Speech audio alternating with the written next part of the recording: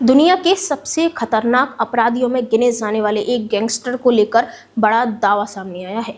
एक ऐसा नाम जिस पर हत्या, ड्रग तस्करी, अपहरण, मानव तस्करी और अंतर्राष्ट्रीय अपराध नेटवर्क चलाने जैसे गंभीर आरोप थे।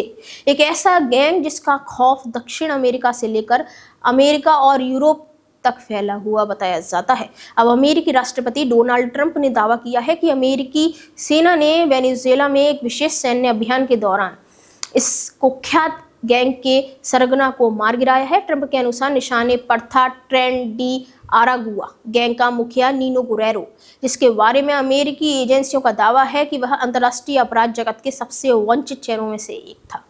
अगर यह दावा सही साबित होता है तो इसे हाल के वर्षों में संगठित अपराध के खिलाफ अमेरिका की सबसे बड़ी कार्रवाइयों में से एक माना जा सकता है। लेकिन आखिर कौन था नीनो गुरेरो? क्या है ट्रेन डी अरागुआ गैंग, जिसे अमेरिका आतंकवादी संगठन घोषित कर चुका है, और क्यों इस ऑपरेशन की चर्चा पूरी दुनिया में हो रही है? आइए समझते हैं पूरी कहानी क्या है। दरअसल अमेरिकी राष्ट्रपति डोनाल्ड ट्रंप ने अपने सोशल मीडिया प्लेटफॉर्म यानी कि ट्रुथ सोशल पर दावा किया कि अमेरिकी सेना की दक्षिणी कमान ने वेनेजुएला में एक तेज और घातक सैन्य अभियान चलाया है, जिसमें ट्रेन डी अरागुआ गैंग के सरगना नीनो गुरेरो को निशाना बनाया गया। ट्रंप का कहना है कि यह कार्रवाई वेनेजुएला सरकार के सहयोग से की गई।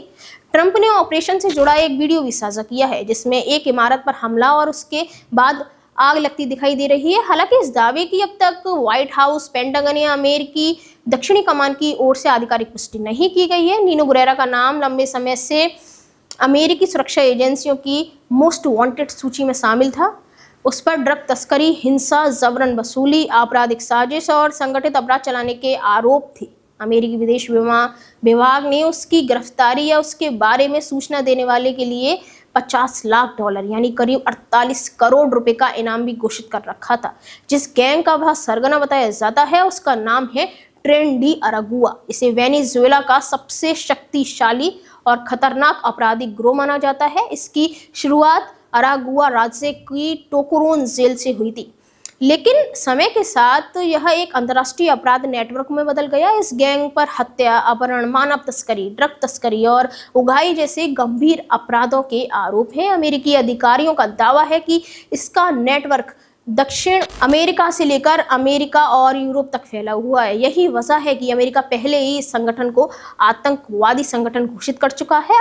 साल 2023 में वेनेजुएला सरकार ने लगभग 11,000 सुरक्षा कर्मियों के साथ टोकोरोन जेल पर बड़ा अभियान चलाया था। उस दौरान गैंग के कई ठिकानों को ध्वस्त किया गया, लेकिन संगठन के कई बड़े सदस्य और नेता भाग निकलने में सफल रहे थे। अब ट्रंप का दावा है कि नीनो गुरेरो को भी खत्म कर दिया गया है। हालांकि इस दावे का कोई स्वतंत्र पुष्टि अभी बाकी है। ऐसे में दुनिया की नजर अब अमेरिका और वेनेजुएला की ओर है कि क्या इस ऑपरेशन को लेकर कोई आधिकारिक जानकारी सामने आती है या नहीं। फिलहाल अगर यह दावा सही साबित होता है तो इसे अंतर्राष्ट्रीय अपराध जगत के लिए एक बड़ा झटका माना जाएगा।